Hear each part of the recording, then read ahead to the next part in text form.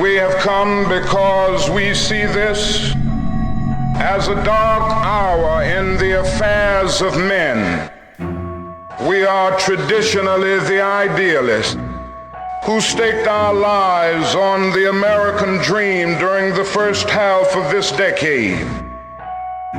We were the hardcore activists who were willing to believe. We were the dreamers of a dream, that dark yesterdays of man's inhumanity to man would soon be transformed into bright tomorrows of justice. Now it is hard to escape the disillusionment of betrayal. Our hopes have been blasted and our dreams have been shattered. Because the owners of this country don't want that. I'm talking about the real owners now. The real owners, the big wealthy business interests that control things and make all the important decisions. Forget the politicians. The politicians are put there to give you the idea that you have freedom of choice. You don't. You have no choice. You have owners. They own you. They own everything. They own all the important land. They own and control the corporations. They've long since bought and paid for the Senate, the Congress, the state houses, the city halls. They got the judges in their back pockets. And they own all the big media companies, so they control just about all of the news and information you get to hear. They got you by the balls. The poor, black and white are still perishing on a lonely island of poverty in the midst of a vast ocean of material prosperity. What happens to a dream deferred? It leads to bewildering frustration and corroding bitterness. But as I lay awake thinking... They don't want a population of citizens capable of critical thinking. They don't want well-informed, well-educated people capable of critical thinking. They're not interested in that. That doesn't help them. That's against their interest. That's right. It seems that our legislative assemblies have adopted Nero as their patron saint and are bent on fiddling while our cities burn. You know what they want? They want obedient workers. Obedient workers.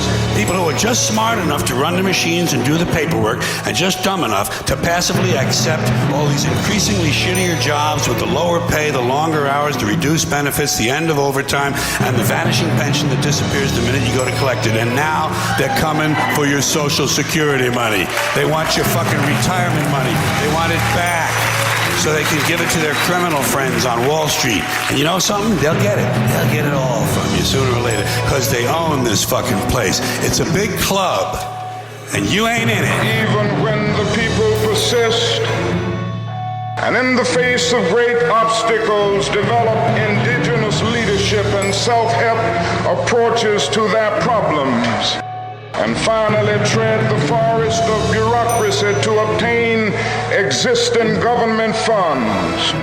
The corrupt political order seeks to crush even this beginning of hope. Now we have no problem with administrative supervision, but we do have a desire to be independent of machine control. The table is tilted, folks. The game is rigged, and nobody seems to notice. Nobody seems to care. Good, honest, hard-working people, white collar, blue collar, doesn't matter what color shirt you have on.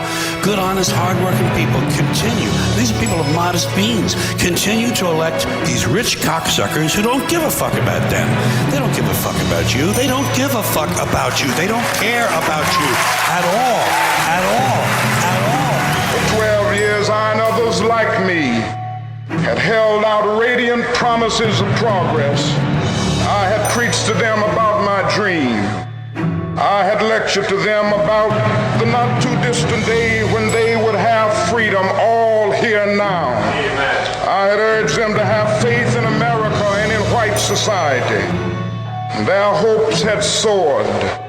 They were now hostile because they were watching the dream that they had so readily accepted turn into a frustrating nightmare. Because the owners of this country know the truth.